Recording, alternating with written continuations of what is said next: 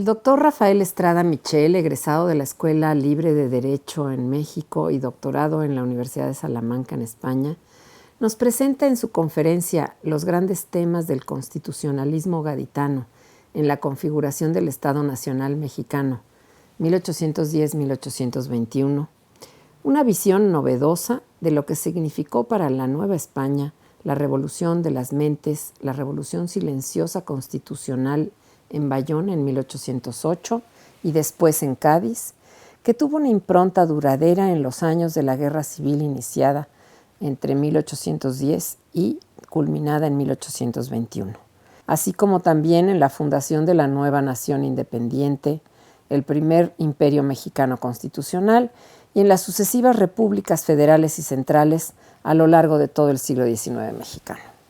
El doctor Estrada señala la coherencia del movimiento independiente iniciado desde 1808 hasta la consumación del XXI, las preocupaciones constantes de personajes como Ignacio López Rayón, José María Morelos, Javier Mina, Vicente Guerrero y Agustín de Iturbide por dotar de una constitución adecuada a la realidad novohispana, ya que consideraban poco adaptable la Constitución de Cádiz a una sociedad multicultural, multiétnica y muy compleja como la de nuestro virreinato.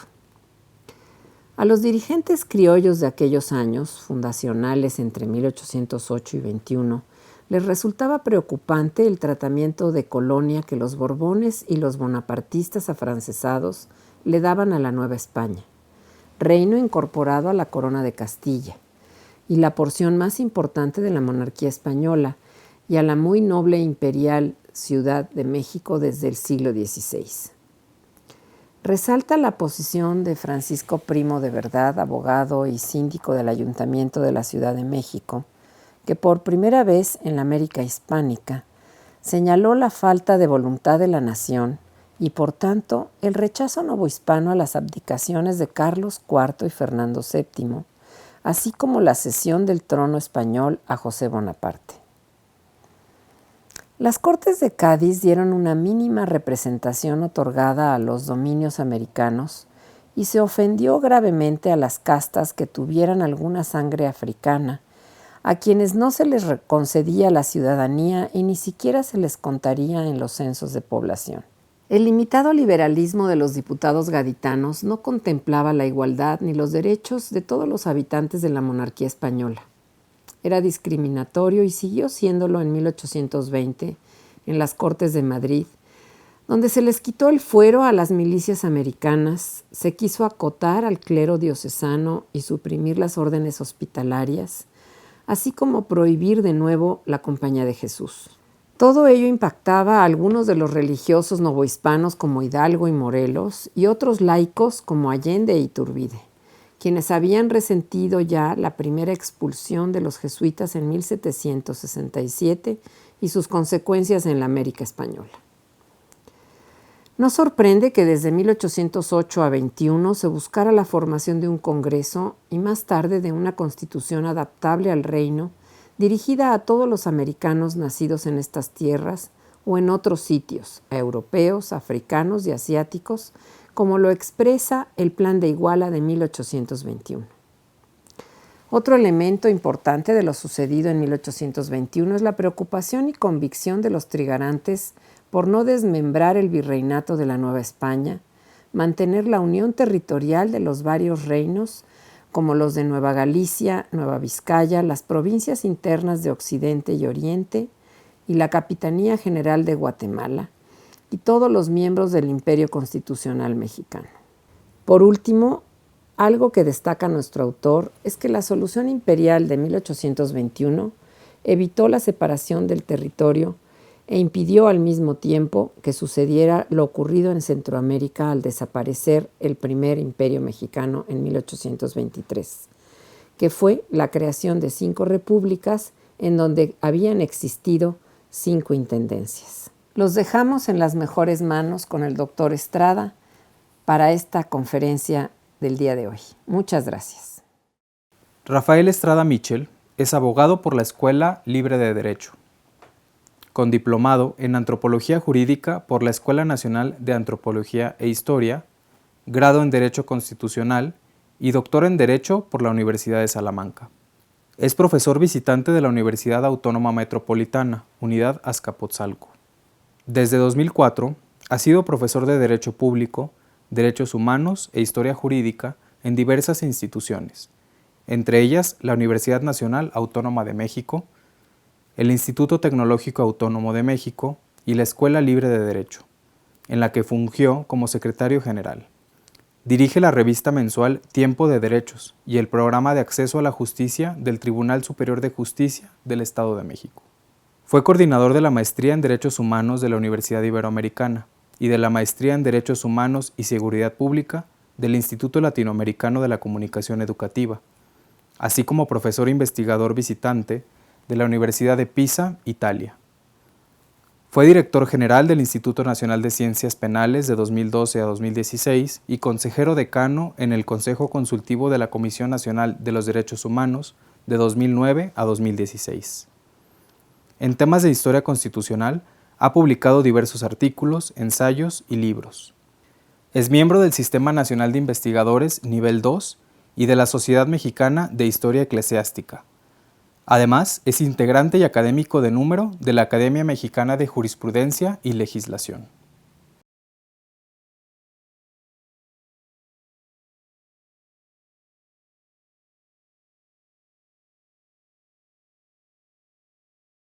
Bueno, lo realmente impresionante del movimiento de independencia de la Nueva España y de México, la configuración de la República Federal Mexicana, es lo extraordinariamente coherente que es el movimiento. Desde 1808, la reacción contra la invasión napoleónica a la península, hasta 1821, lo que encontramos es preocupaciones y preocupaciones compartidas entre las diversas fases de la insurgencia. Esta mitología en torno a que en 1821 los conservadores, los realistas, los serviles, se les ocurrió levantarse en armas porque era absurdo aplicar la Constitución de Cádiz, que era tan amada por los liberales a un lado y al otro lado del Atlántico, es eso, mitología. Proviene de falta de estudio de las fuentes, proviene de libelos difamatorios que se escribieron fundamentalmente contra el Plan de Iguala y contra Agustín de Iturbide en 1821 y no se sostienen por ningún lado. La verdad es que hay una serie de preocupaciones que son constantes en la insurgencia mexicana, tanto en el licenciado Verdad, como en el cura Hidalgo, como en el Liceo Michelena, con la conspiración de Valladolid en 1809, por supuesto con el licenciado Rayón y el cura Morelos, y luego Javier Mina, Pedro Asensio, Vicente Guerrero, y por supuesto hasta llegar al movimiento trigarante, son preocupaciones en torno a lo poco amoldable que era el orden constitucional gaditano, el orden doceañista, lo que habían expedido las Cortes de Cádiz y fundamentalmente la famosa PEPA, la Constitución del 1812, la Constitución de Cádiz, y preocupaciones en torno a lo poco análoga que eran nuestras circunstancias ese ordenamiento. Y nos podemos ir hasta 1808, mucho antes de la propia Constitución de Cádiz. Lo que encontramos es preocupación por el tratamiento que nos están dando peninsularmente, tanto desde el punto de vista fernandista, es decir, los que defendían la legitimidad de la dinastía borbónica, como desde el punto de vista napoleónico, los que estaban por la labor de que José I Bonaparte fuera reconocido como rey de España y de las Indias.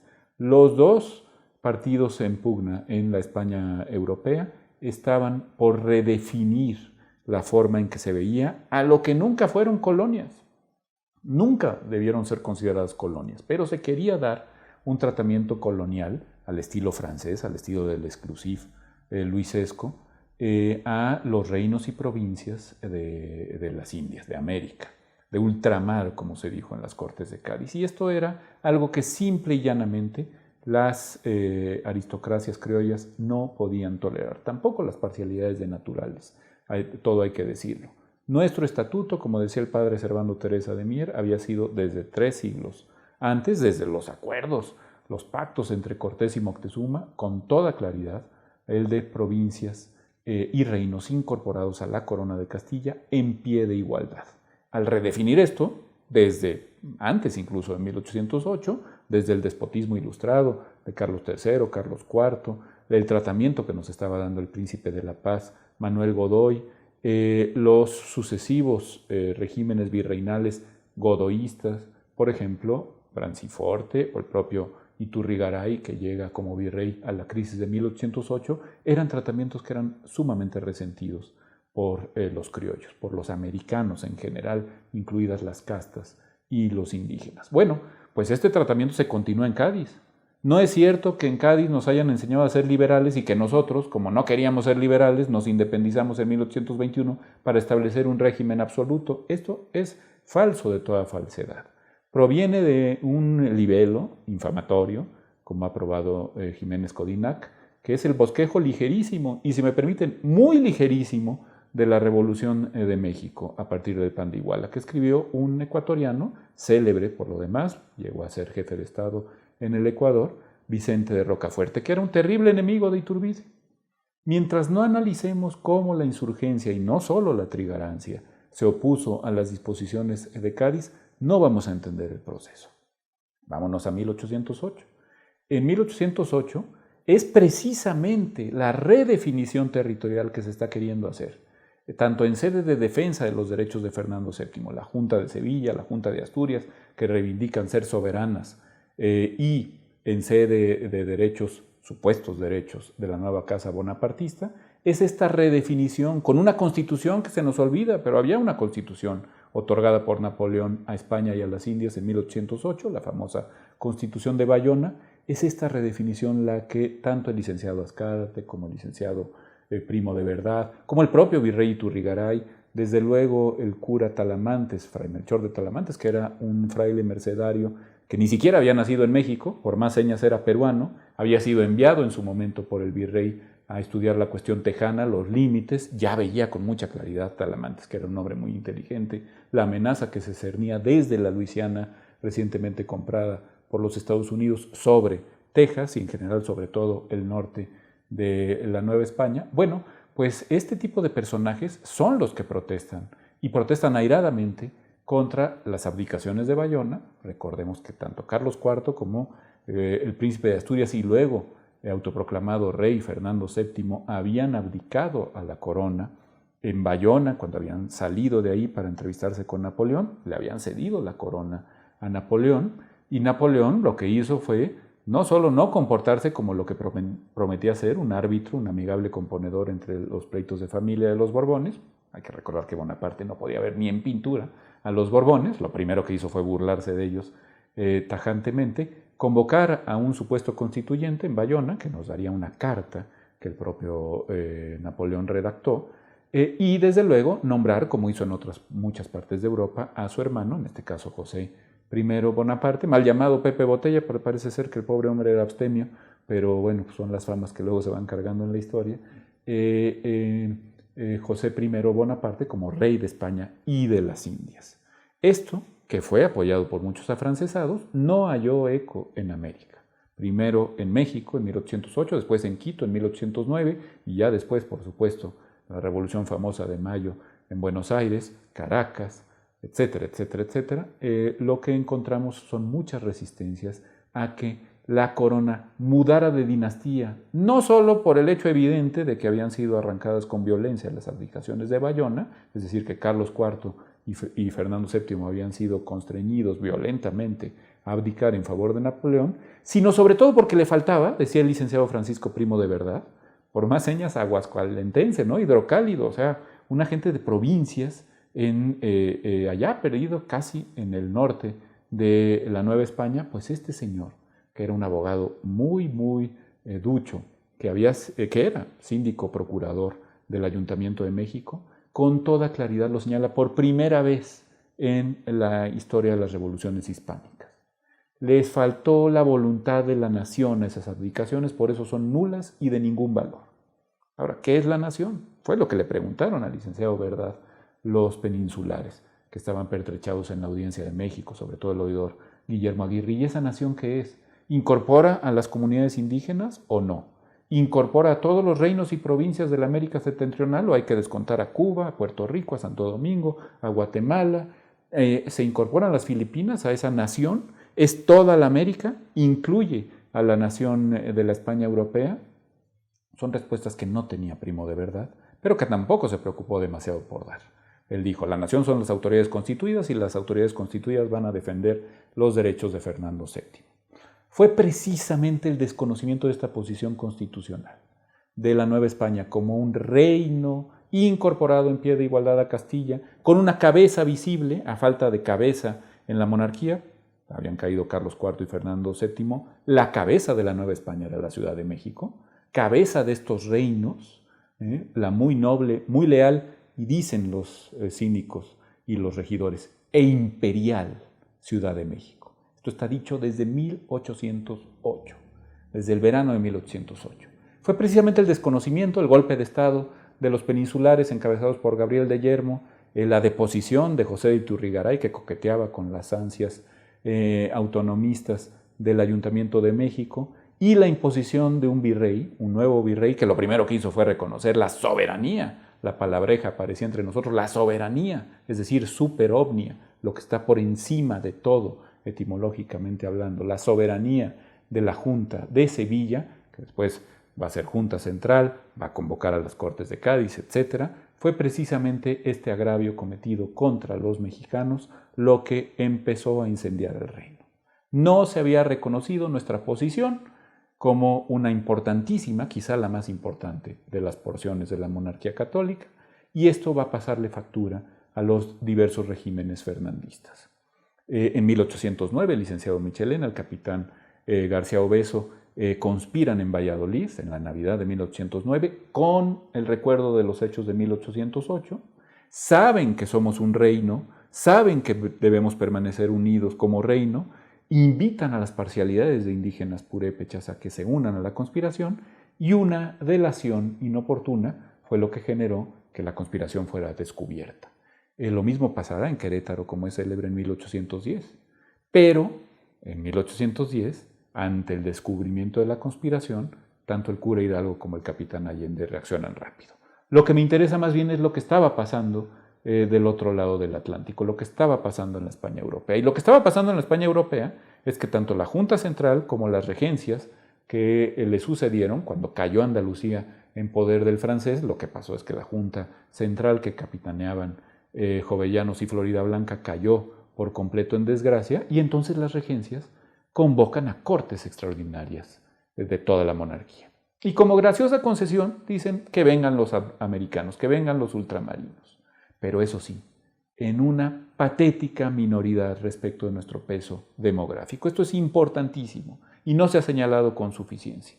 Mientras que en Europa se iban a elegir diputados a las Cortes de Cádiz, que serán finalmente constituyentes, por cada una de las provincias, por cada una de las ciudades de antiguo voto en Cortes en la corona castellana, ya van 2 criterios, por cada una de las juntas provinciales de defensa de los derechos de Fernando VII, y por cada un determinado número de habitantes, o sea, iban a tener 4 criterios distintos para elegir diputados a las Cortes Constituyentes. En América solo se elegirían diputados propietarios en aquellos ayuntamientos.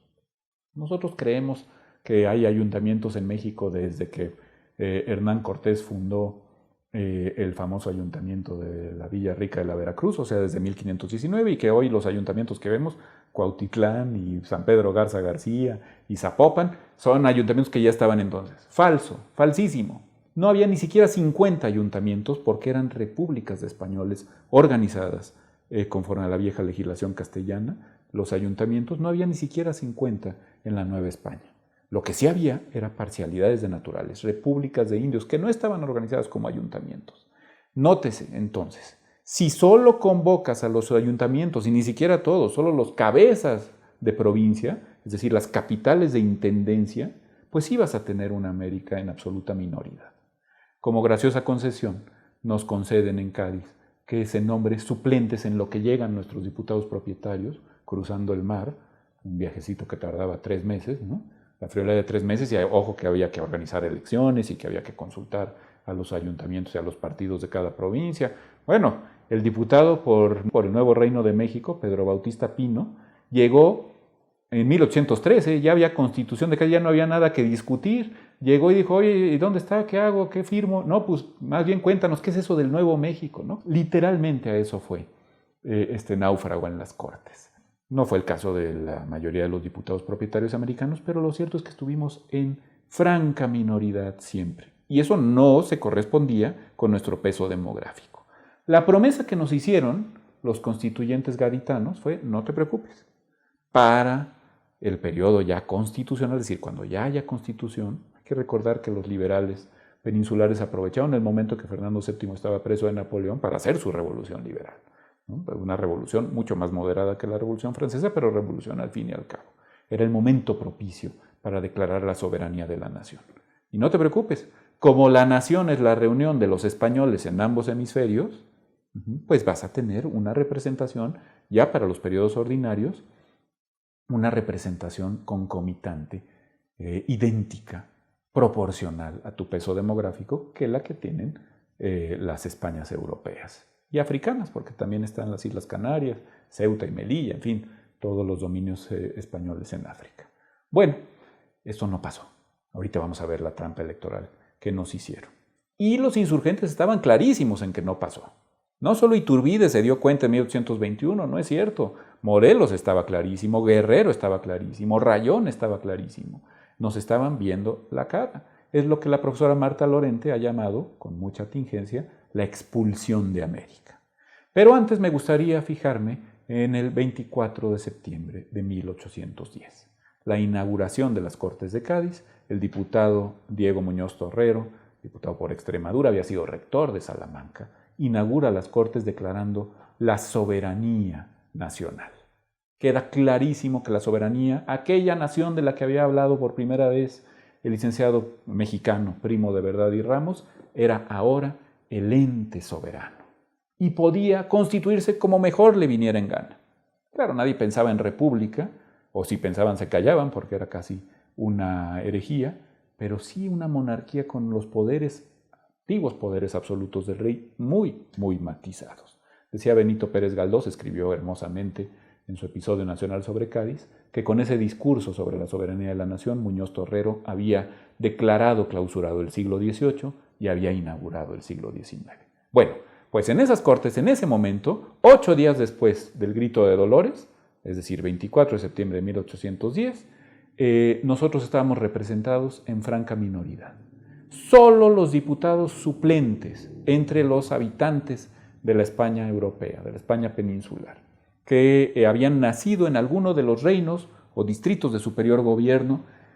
Quiero ser muy enfático en esto, no en cualquier provincia de la Nueva España, por ejemplo, o de la Nueva Granada, lo que hoy es Colombia, ni de Venezuela, no, tenía que ser una capital de reino, un distrito de superior gobierno. Es decir, si había un mexicano, pues ese representaba a México. Si había un guatemalteco, ese representaba a Guatemala. Oye, pero es que fíjate que hay Valladolid de Michoacán, hay Puebla de Los Ángeles, hay Veracruz, hay Antequera de Oaxaca, hay Mérida de Yucatán. No, tú ya tienes tu representante por la Nueva España, ¿no? Como si fuera cualquier lugarejo la Nueva España, ¿no? Ridículo. En cambio, pues casi que si ustedes ven hoy por hoy la lista de la Liga Española de Fútbol, pero tercera, segunda y primera división, ¿no? División de plata y división de oro, como le llaman allá, pues casi cualquier población que tenga un equipo de fútbol hoy, no es exageración, tenía representación en las Cortes de Cádiz. Es más, poco faltó para que el barrio de Lavapiés o el de Chamberí estuvieran representados en las Cortes de Cádiz. Y nosotros, uno por Nueva España, uno por Nueva Granada, uno por el Río de la Plata, y además suplentes, ¿no? Uno por Caracas, y eso, si habían sido europeos que habían vivido en Indias y por casualidad estaban en España en el momento del surgimiento de la revolución, el alzamiento contra Napoleón, esos también podían representar a los reinos y provincias americanos. O sea, verdaderamente era ridícula la disparidad. De hecho, solo había un diputado propietario, el diputado por Puerto Rico, Ramón Power. Los demás fueron suplentes al inicio de las Cortes. ¿La promesa cuál era? Habrá una representación paritaria.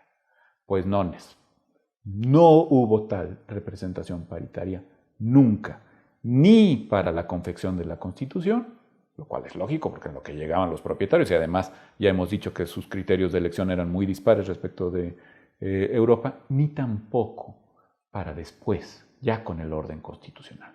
Cuestión de la mayor relevancia, que no le pasó desapercibida El cura Hidalgo ya no pudo ver nada porque pues, en unos cuantos meses fue derrotado. Obviamente el capitán Allende también fue fusilado. Mariano Abasolo terminó sus días, el famoso conspirador de Querétaro, en Cádiz, cargado de cadenas, ahí junto a Francisco de Miranda, como enemigos de la corona española. Eso es curioso. Es difícil que Abasolo haya tenido noticias del orden que se estaba fraguando en Cádiz. Pero los insurgentes de la primera hora, salvo Rayón, evidentemente, no estuvieron al tanto de lo que iba a pasar. Pero Rayón sí, y la Junta de Zitácuaro también, Liceaga, Sixto Verduzco y desde luego José María Morelos, que lo dijo con toda claridad.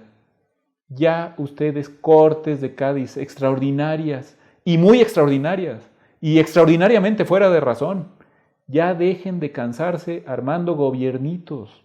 Esta no es vuestra nación y vosotros no tenéis capacidad de dictar mandatos sobre ella. ¿No? Dejen de inventar gobiernitos. Ahorita vamos a la cuestión territorial y a la potencial desmembración de México y de Nueva Galicia, que vieron claramente nuestros padres fundadores. Pero antes, quisiera yo decir que la promesa es que íbamos a tener criterios iguales, pero como en novela de Orwell, todos los españoles somos iguales, pero hay unos españoles más iguales que otros. ¿Quiénes? Pues fíjate que todos van a ser ciudadanos, españoles e indios, pero aquellos que se reputen, esto dice trágicamente la Constitución de Cádiz. Si yo no sé, como dice Josep Fontana, si estos eran nuestros ilustrados, ¿dónde estarían nuestros reaccionarios, verdad? Todos aquellos que pudieran reputarse originarios de África, pudieran reputarse. Les ruego a ustedes que cuando puedan vean un billete de 50 pesos y me digan si el ilustre general Morelos no podía reputarse originario de África, ¿no? Una tez muy oscura, una nariz muy chata, unos labios muy carnosos. El pelo no lo conocemos por culpa del paliacate, pero en una de esas era crespo, ¿verdad? Y desde luego el general Guerrero ni siquiera necesita preguntarse uno si podía reputarse o no. Claramente pertenecía a una casta afroamericana. Bueno, si te podías reputar originario de África, y todos los mexicanos, y en general todos los indianos nos podemos reputar con alguna gota de sangre africana, evidentemente, ¿no? Si se podía reputar como tu sangre estaba inficionada por la esclavitud, te quedaba abierta la puerta a la españolidad y a la ciudadanía por vías de la virtud y el mérito. A ver, bonito negocio, ¿no? Me traes del Senegal o de Guinea, me obligas a trabajar gratuitamente, ¿no? Y luego resulta que mis nietos y mis tataranietos están inficionados por la esclavitud. Pues si tú me hiciste esclavo, maestro, no fui yo, no, solito no dije quiero ser esclavo, ¿verdad? Ah, no, está inficionado y tú no puedes representar a la nación española. Pero eso sí, si defiendes a la corona, si defiendes el régimen fernandista, te queda abierta la puerta del mérito y la virtud. Bueno, no digo yo que las Cortes de Cádiz hayan sido racistas, ni siquiera conocían de razas, ni sabían. Por supuesto tenían todos los prejuicios europeos de la época, ¿no? Pues hay que leer a Montesquieu nada más, ¿no? Que dice que es increíble que Montesquieu, ¿no? No estamos hablando de Mussolini ni de Franco, ¿verdad? No, Montesquieu. Es increíble, no puede pensarse que Dios haya introducido un alma humana en esos cuerpos tan oscuros, dice Montesquieu. Bueno, está en el espíritu de las leyes, no en un escrito perdido ahí de juventud, no. Bueno, si eso pensaban los europeos, lo lógico pues, es que se trasladara semejante prejuicio, injustísimo por lo demás, a la Constitución. Pero no es un tema racial. Si que están pensando en esto, no conocen América. Lo que sí es que hicieron cuentas. Los padres gaditanos, sobre todo los asturianos y los castellanos, hacen cuentas y dicen, a ver, por ejemplo, la Nueva España tiene 6 millones de habitantes. Pon tú que le ganemos las elecciones ahorita. Pero nosotros, nada más la península somos 10 millones y descontando todos los que se están muriendo en la guerra contra Napoleón. La Nueva España son 6. Le juntas al Perú, le juntas a la Nueva Granada y al Río de la Plata y a Guatemala y a Cuba y al rato, haciendo cuentas son no menos de 11 millones. ¿Qué hacemos para mantener el control de la monarquía? Y el control de la monarquía iba a pasar ahora, como ha quedado dicho, por el ente soberano, es decir, por las Cortes, ya no extraordinarias ni constituyentes, sino ordinarias, por el Congreso. Todo el proceso político tendía a fluir por ahí. Bueno, ¿qué vamos a hacer? Pues descuéntale a los negros, descuéntale a las castas, a mulatos y pardos. Mis cálculos son que son 6 millones, pero pon tú que no sean 6 millones, pon tú que sean más. Pues si se pueden reputar. Cualquier persona, tú llegas a votar ahí a tu mesa de parroquia y te dicen, no, mire, usted tiene los ojos muy negros, ¿no? Usted se puede reputar como originario de África. No puede votar. Oiga, pero aquí está mi partida de bautizo. La de José María Morelos dice español, hijo de españoles. ¿Cómo que no puedo votar? Pues sí, ahí hágale como quiera. Ahí hable con quien usted considere. Aquí no vota porque se puede reputar África. ¿Cómo le iba a caer esto a nuestras huestes insurgentes? Cuando pensamos que estaban idealizando la Constitución de Cádiz, es porque no hemos leído elementalmente ni a Rayón ni a Morelos, ¿no? Y a la pléyade, sobre todo de michoacanos, que estaban poniendo en entredicho la validez de la Constitución de Cádiz y más con ese tipo de disposiciones respecto de las castas. Pero hay más. Hay más.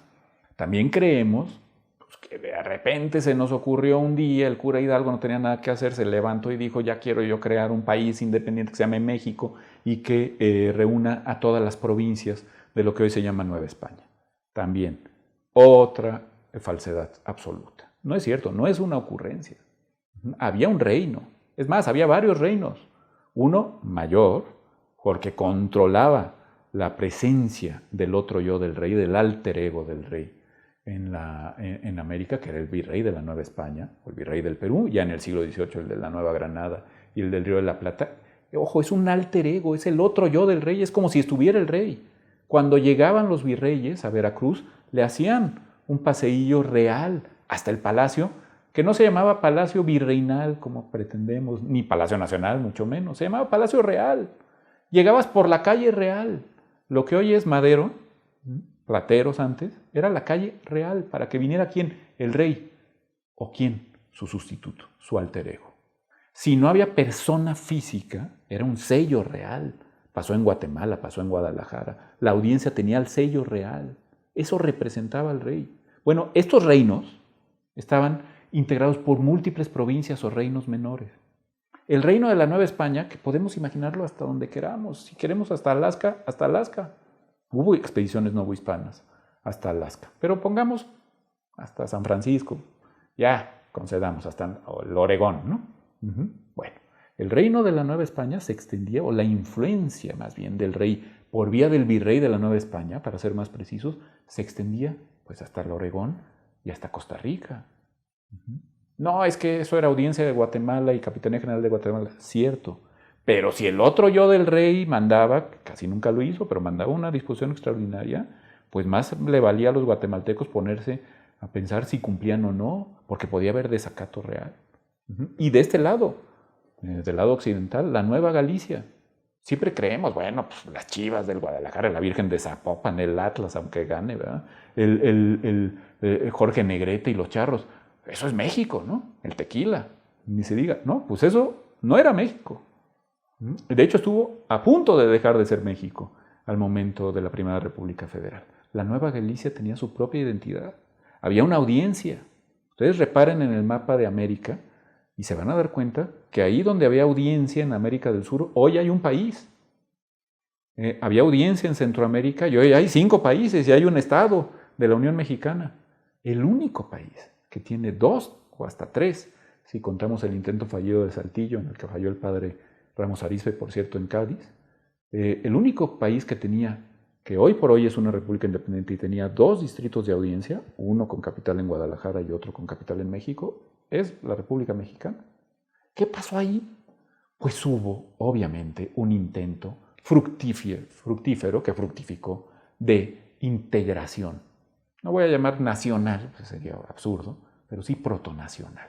El reino y la presencia del virrey integraba a múltiples provincias. Lo vio con toda claridad en 1808 el licenciado Verdad, antes de morirse, y lo vio con toda claridad el fraile Talamantes cuando dijo hay que convocar un congreso de ciudades, villas, lugares y provincias de la Nueva España, de la América septentrional, de la América del Norte. Bueno, eso se puso en entredicho en Cádiz.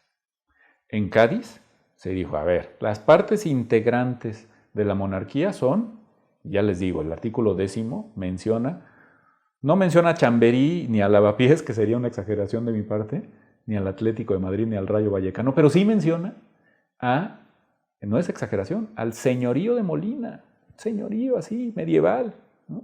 Y en cambio en América dice, y en América del Norte, las partes integrantes de la monarquía son Nueva España con Guatemala y Nueva Galicia. Provincias internas de Occidente, con capital en Chihuahua. Provincias internas de Oriente, con capital en Monterrey. Cuba, Puerto Rico, la parte española de la isla de Santo Domingo. Esa es la América del Norte, Cuba y las dos Floridas. Todavía alcanzan a entrar las dos Floridas. O sea, distritos de súper superior gobierno, hiper superior gobierno. O sea, toda Norteamérica, prácticamente todo el sur de los Estados Unidos, todo México y toda Guatemala están incluidos ahí. Y en el caso de la España peninsular me estás mencionando un señorío, pequeñas provincias como Jaén aparecen en el listado. Bueno, qué desproporción. Si se va uno a la América Meridional, lo mismo, distritos de superior gobierno. Quito, Charcas en Bolivia, pero luego Nueva Granada, Caracas, Chile, Perú, por supuesto, Río de la Plata. En el caso de la América del Sur solo se mencionan en el artículo 10 de la Constitución de Cádiz a las grandes demarcaciones, como decíamos. Y algunas de ellas pues ya estaban en franca independencia, ya ni mandaron diputados a Cádiz, a la propia Argentina, ¿no? Las Provincias Unidas del Río de la Plata, para ser más exactos, Uruguay y Caracas ya estaban teniendo sus procesos independentistas, lo mismo Chile, desde tiempo antes.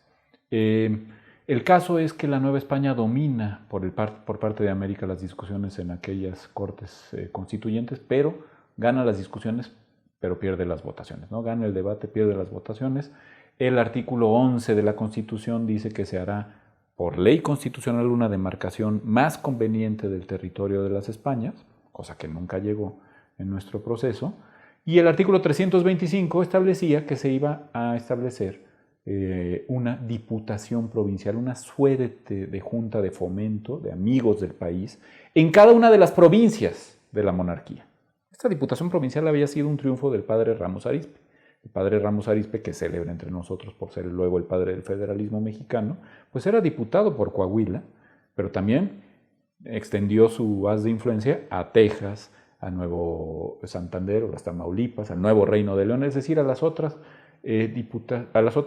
provincias internas de Oriente que no tenían diputado. Entonces, estaba hablando prácticamente por todo el norte de la Nueva España y todo el sur de los Estados Unidos, porque tampoco las provincias internas de Occidente realmente llegaron a mandar diputados, salvo este caso del neomexicano que ya les he platicado, ¿no? Bueno, el padre Ramos Arizpe está hablando por un país prácticamente, un país enorme, y logró establecer esta figura de las diputaciones provinciales con una clara intención, que la relación de Saltillo, de donde era Ramos Arizpe, o de Monterrey, o de San Antonio de Béjar en Texas, o de lo que luego sería Ciudad Victoria, que se llamaba Villa Aguayo, o incluso de la Nueva Vizcaya, de Durango, de Chihuahua, de Arizpe, como se llamaba la Intendencia Sonora y Sinaloa, y las Californias, la Vieja y la Nueva California, se entendieran directamente con Madrid, una vez liberado obviamente Madrid del yugo francés, y ya no con México, que no tuviera que pasar la intermediación ni por México ni por Guadalajara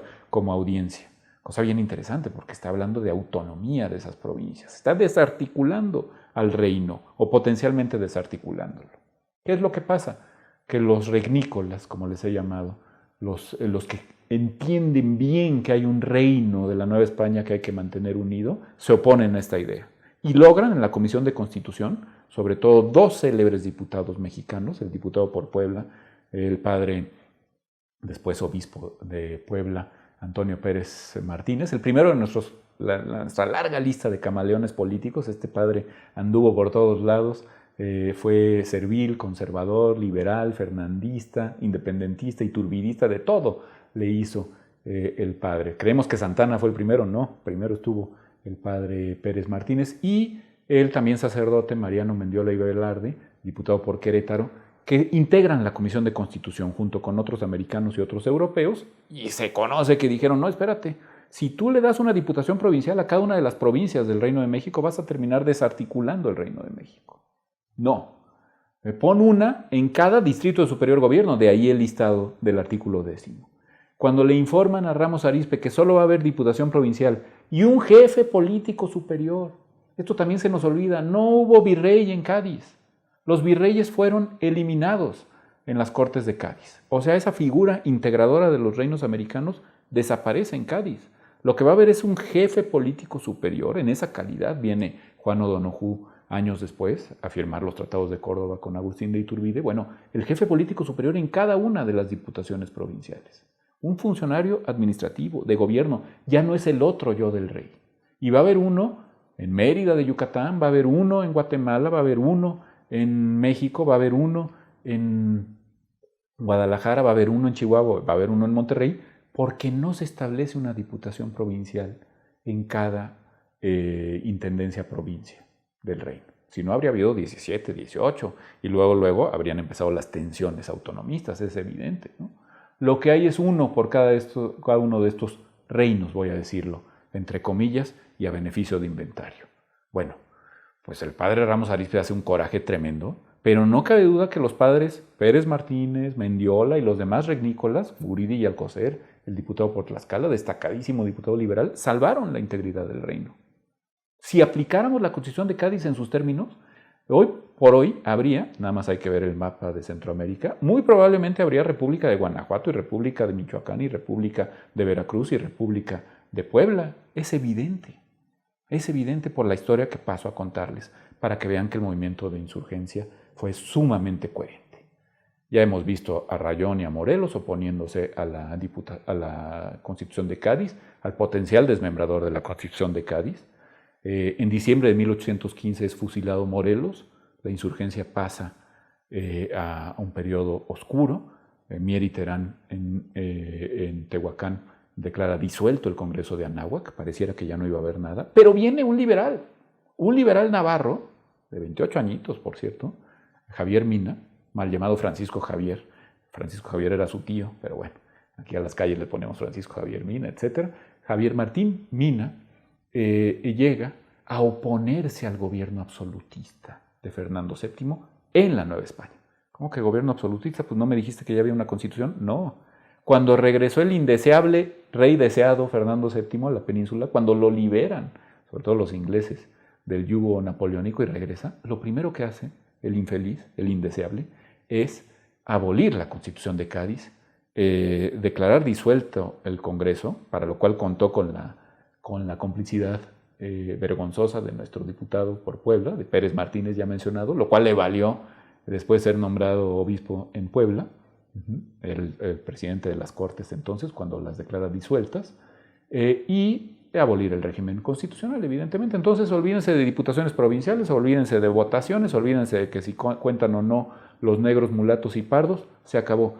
Volvemos al absolutismo. Se inaugura en 1814 el primero de nuestros múltiples sexenios absolutistas, ¿no? Hay que decirlo en México, el primerito apenas. Este sexenio absolutista se caracterizará, pues obviamente por las luchas de los liberales a uno y otro lado del océano por restablecer un orden constitucional, no necesariamente el gaditano, un orden constitucional cualquiera que fuera. Teníamos nosotros tanto al reglamento del Congreso de Chilpancingo y los sentimientos de la Nación, 1813, como los anteriores elementos constitucionales del licenciado Rayón, 1812, y, por supuesto, el decreto constitucional de Apatzingán de 1814. Había forma de organizarnos constitucionalmente. Lo que pasa es que la expedición de Mina, como sabemos, fue un rayo, decía Alamán, pero duró unos cuantos meses, fue rápidamente derrotado. A sus 28 añitos, el buen amigo de México, que fue Martín Javier Mina, fue fusilado en frente de las tropas insurgentes, un momento estremecedor. Y entonces, pues lo que queda es inaugurar el reino de la pacificación, de la mediación, que está insuficientemente bien estudiado en México, que es el virreinato o el gobierno de Juan Ruiz de Apodaca. Ojo, he dicho virreinato porque fue virrey. El conde del Venadito, así llamado por la hacienda donde fue capturado Javier Mina, el conde del Venadito, muy, muy tierno, ¿no? Pero pues no fue tan tierno el resultado. Juan Ruiz de Apodaca es un hombre que se dedica a pacificar, a tratar de indultar a los antiguos insurgentes, a reconstruir lo que hoy diríamos el tejido social en la Nueva España y a mantener la unidad de la Nueva España, también hay que decirlo. Hasta que en 1820, y aquí llegamos al quiz de la cuestión, en 1820, las tropas acantonadas en Cabezas de San Juan para ir a América del Sur, combatir a los insurgentes de Bolívar, San Martín y O'Higgins y Santander, y en fin, los padres libertadores de la América del Sur, deciden no marchar para allá. Cosas curiosas de la vida. El antiguo virrey Calleja, el comandante por antonomasia de la Guerra de Independencia en la Nueva España, del lado realista obviamente, era el jefe de aquella expedición. Iban a mandar a Félix María Calleja al mando de los coroneles Riego y Quiroga a combatir a los insurgentes en América del Sur. Pero Riego y Quiroga eran liberales, eran gaditanistas, querían restablecer el orden constitucional doceañista. Por eso el himno de la República Española es la marcha de Riego, todavía se recuerda ese signo liberal. Y entonces en 1820 se rebelan contra Calleja, se rebelan contra Fernando VII y obligan a este a volver a declarar vigente la Constitución de Cádiz y a restablecer lo que él mismo llamó la senda constitucional. Sacar a los diputados que habían estado presos desde 1814 a la vuelta del absolutismo, entre ellos nuestro padre Ramos Arizpe, y restablecer las cortes. Y estas cortes ya no van a ser 12añistas, obviamente, pues ya no estamos en 1812, van a ser 20añistas y van a ser sumamente inmoderadas en su interpretación del orden constitucional gaditano. ¿Cómo que inmoderadas? Sí, quieren acabar por completo con el fuero castrense, que había quedado más o menos vigente, quieren acabar con el fuero clerical, sobre todo con las órdenes regulares, las órdenes de mendicantes, la Compañía de Jesús que estaba, como sabemos, prohibida de tiempo atrás, desde la época de Carlos III, no quieren saber nada de las órdenes regulares y al clero diocesano lo quieren mantener a raya, ¿no? Un típico liberalismo inmoderado. Y en la cuestión territorial, eso sí, a los pobres afroamericanos, eso sí, ni los mencionan, por muy liberales e inmoderados que fueran, no es un tema. La nación española tiene que seguir siendo representada por blancos y por indios, si acaso, pero nunca por afromexicanos, afrodescendientes, afroamericanos. Imagínense nada más en el Caribe lo que eso representaba, ¿no? Bueno, pero la cuestión territorial sí es tocada. Y los provincialistas del tipo Ramos Arizpe, sobre todo en Guatemala y en América del Sur, consiguen que por fin se aplique el artículo 325 de la Constitución de Cádiz. Es decir, que le corresponda una diputación provincial y, como ha quedado dicho, una jefatura política superior a cada una de las provincias en el sentido intendencial, es decir, donde hubiera capital de intendencia en el siglo XVIII de América. Por fin iba a tener una diputación provincial Durango y Chihuahua y Zacatecas y Antequera de Oaxaca, etc., ¿no? Por fin ya no te ibas a constreñir a los grandes distritos de superior gobierno. Y entonces, pues se echan las alarmas entre los renícolas americanos. Dicen, van a acabar con nuestros reinos, los van a desmembrar. Fíjate, además de que el fuero militar va a quedar desahuciado, quieren una ley, hay un código militar que se está discutiendo en las cortes veinteañistas, que iba a acabar con los fueros castrenses, lo cual significaba para las milicias provinciales, de las cuales venían Allende y García Obeso e Iturbide, por supuesto, las viejas milicias provinciales de la época de Revillagigedo, iban a quedar pues sin fueros, sin privilegios. Pero además, los curas, intervenidos, como ha quedado dicho. Y encima, pretendes que desarticulemos, que inarticulemos, que desmembremos el reino, que ya no haya una cabeza visible de México o de Guadalajara o de Guatemala, sino que estemos hablando de pequeñas provincias, cada una con su relación peculiar y directa con Madrid. No, no me conviene. Yo me siento mexicano. Expresamente, como lo había dicho Morelos, lo va a decir Iturbide en 1821. Yo, por el hecho de haber nacido en Valladolid de Michoacán y tener mis ancestros en Navarra, no tengo por qué sentirme distinto. A usted, le dice al comandante Dávila, que tiene sus orígenes en Castilla, el comandante de Veracruz. Lo mismo le dice al virrey Apodaca cuando le manda la célebre carta desde Iguala. ¿Qué está diciendo? Está atentando esto contra la integridad del reino. Por más señas, 24 de febrero de 1821, ya llegamos por fin, lo dice Agustín de Iturbide en el Plan de Iguala con más claridad. Necesitamos una constitución peculiar y adaptable al reino. ¿Qué es esto? En la otra versión del Plan de Iguala dice con una constitución análoga al país. Es decir, algo que se amolde a nuestras circunstancias. La primerísima de estas circunstancias es que aquí hay, a diferencia de la España peninsular, repúblicas de indios, repúblicas de españoles. Hay mestizos que estaban en una indefinición jurídica terrible con la Constitución de Cádiz y hay castas afrodescendientes, ¿no? Bueno, el asunto demográfico, pero también está el territorial. Esto no se puede desmembrar así como así. Nosotros nos sentimos novohispanos, tenemos una identidad protonacional. Hay que mantenernos unidos. Y para eso lo que necesitamos, además de para mantener el fuero castrense, que le importaba obviamente mucho a Iturbide, y el fuero clerical, él se concebía como un defensor fidei, un defensor de la fe, ¿no? Pues, digamos, del lado reaccionario del pensamiento iturbidiano está eso, pero del lado liberal está, no, México es una nación, así lo va a decir el Acta de Independencia, que requiere cortes específicas del reino, del imperio. Está resurgiendo esta idea imperial de los municipios de la Ciudad de México de 1808, lo que ya habíamos hablado, es decir, la idea de que la muy noble, leal e imperial Ciudad de México es cabeza de múltiples reinos y múltiples provincias. Del lado liberal de Iturbide esto está clarísimo y conecta perfectamente con el licenciado Verdad, pero también con Morelos y también con Guerrero. Pues, ¿y por qué le gustó el Plan de Iguala a Guerrero? Es evidente por qué le gustó. Por el tema de las castas, por supuesto, porque le permitía a él, a Pedro Asensio, etcétera, el acceso en plenitud a los derechos ciudadanos, cosa que, insisto, estaba negada por la Constitución de Cádiz. Así empieza el Plan de Iguala hermosamente. Americanos, bajo cuyo nombre integro no solo a los nacidos en este bello país de las delicias, sino a los europeos, asiáticos y africanos, que en ellos han puesto su morada, y africanos. Es una revolución absoluta respecto de la racista Constitución de Cádiz. Aquí sí hay que decirlo con todas sus letras, racista en el tema de los afroamericanos.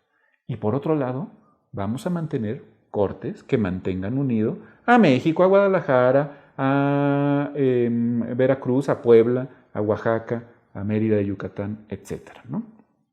Luego, el proyecto le gusta a Guatemala, por eso Guatemala se integra al Imperio Mexicano, suscribe el Plan de Iguala, se independiza con nosotros. ¿Quiénes? Pues las 5 intendencias de Guatemala, las 6, que yo creo que les van a sonar. Una se llama Ciudad Real de Chiapas, luego San Cristóbal de las Casas. Otra, Guatemala, propiamente dicho. Pero otra se llama León de Nicaragua, y otra Comayagua de Honduras, y otra se llama San Salvador, y otra se llama Cartago de Costa Rica. Hay 5 países ahí, hoy, y hay un estado federado en la Unión Mexicana, ¿no? La Unión Republicana Mexicana. Bueno, el imperio mexicano va a hacer eso, con una constitución peculiar y adaptable a nuestras condiciones.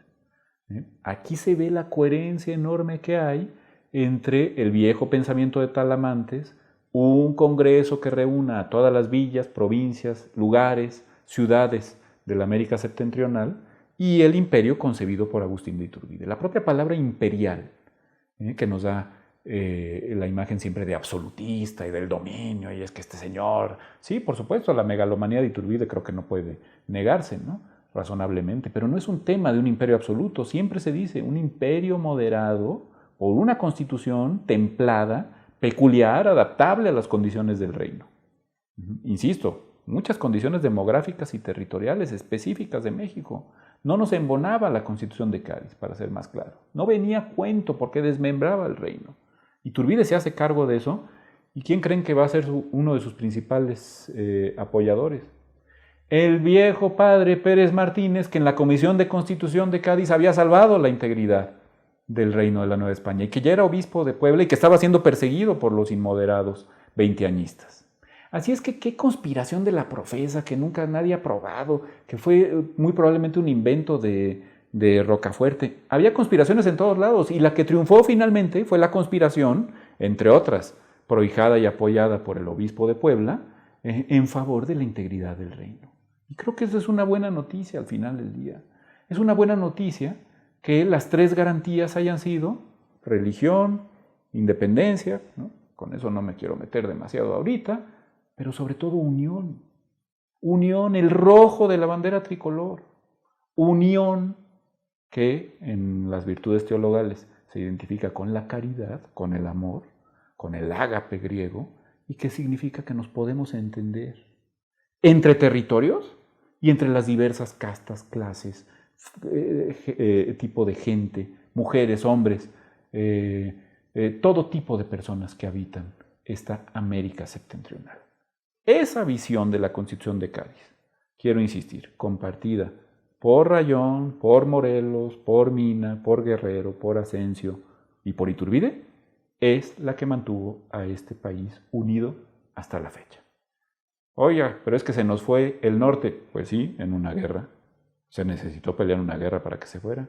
Oiga, es que se nos fue el sur. Ya ha quedado explicado que Guatemala se incorporó al Plan de Iguala. No era parte de la idea imperial, insisto, articulatoria de territorios diversos, que luego va a retomar genialmente otro diputado doceañista, Ramos Arizpe, a la caída del imperio de Iturbide, y va a configurar, gracias a esa idea plural, gracias a su idea de las diputaciones provinciales que ya son estados de la federación, la República Federal Mexicana, que contra viento y marea, aquí está, casi cumpliendo 200 años, lo mismo que cumplirá el 24 de febrero de 2022, un año después del Plan de Iguala, un año exacto después del Plan de Iguala, el Congreso de la Unión. ¿Cómo? De la Unión. De la Unión, del rojo de la bandera trigarante.